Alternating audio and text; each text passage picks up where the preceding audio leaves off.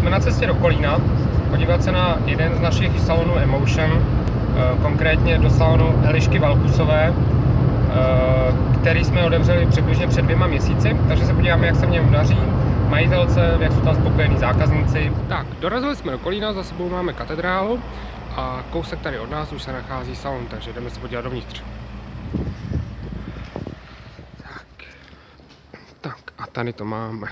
Takže výloha, perfektní, salon Expert, název studia je to kadeřnický salon, vím, co se děje uvnitř, nejnovější vizuál vystavený, super.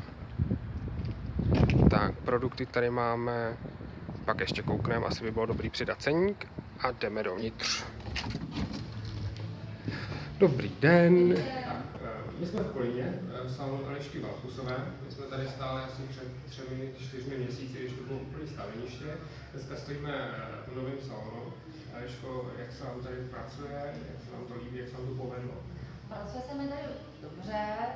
Když jsme tenkrát sem spolu přišli, tak jsem si to vůbec neměla představit, kde se bude umístěný. Myslím, že jsme to mysleli docela dobře spolu.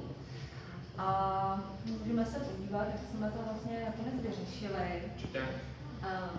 Vlastně salon jsme vybírali podle toho, aby jsme byli hodně dostupný vlastně lidem z ulice. A to se myslím povedlo, se na to dobře reagujou. Jasně, super výloha. Je fajn, že je vidět do toho salonu. Salon má moderní design, takže vůbec jsme se nebáli ho otevřít. Ať se lidi vidí, ať prodává ten design toho salonu, že to je opravdu příjemný prostředí. Super. 2 obsluhy. Krásná designová recepce, společně potom i s prodejem. A to největší gro je teda potom tady, že kouknu na věcí boxy. Moc hezký, co na to říkají klienty, je to určitě rozdíl. Určitě velký jako ohlas, že jsou hodně spokojení, dá se polohovat nohy, takže je pohodlný.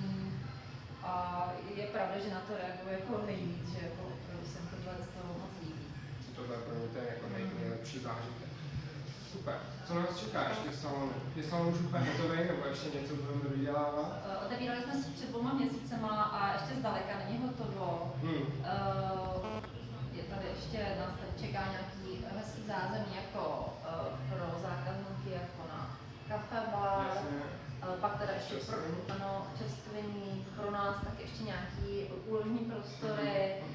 A no, je to ještě docela hodně, co tady jako třeba udělat.